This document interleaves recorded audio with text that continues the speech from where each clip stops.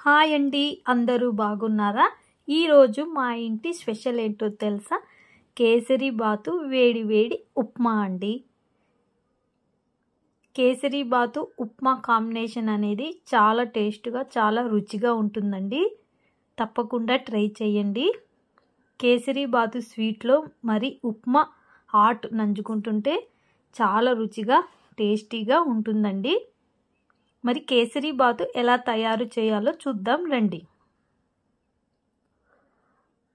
ముందుగా గిన్నె పట్టుకొని అందులోకి 1 స్పూన్ నెయ్యిని వేసి 3/4 గ్లాసు బొంబాయి రవ్వను వేయాలి. బొంబాయి రవ్వను దోరగా వేయించుకోవాలి. తర్వాత గిన్నె పెట్టి అందులోకి మన కొలతకు తగినంత వాటర్ వేసుకోవాలి.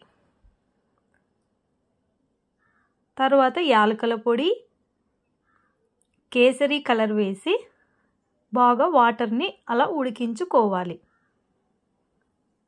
తర్వాత మనం దోరగా వేయించుకున్న బొంబాయి రవ్వలోకి బాగా ఉడికించిన వాటర్ని వేసి ఉండలు లేకుండా బాగా గరిటెతో అటు ఇటు తిప్పుతూ కలుపుకోవాలండి.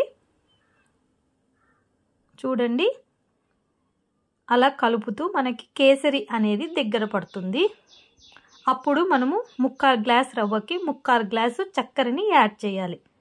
చక్కెర వేసి ఉండలు లేకుండా బాగా కలుపుకోవాలి. తర్వాత గిన్నె పెట్టి అందులోకి నెయ్యిని వేసి ద్రాక్ష గోడంబి వేసి బాగా దోరగా వేయించుకొని ముందుగా తయారు చేసుకున్న మిశ్రమంలోకి మనము యాడ్ చేయాలి.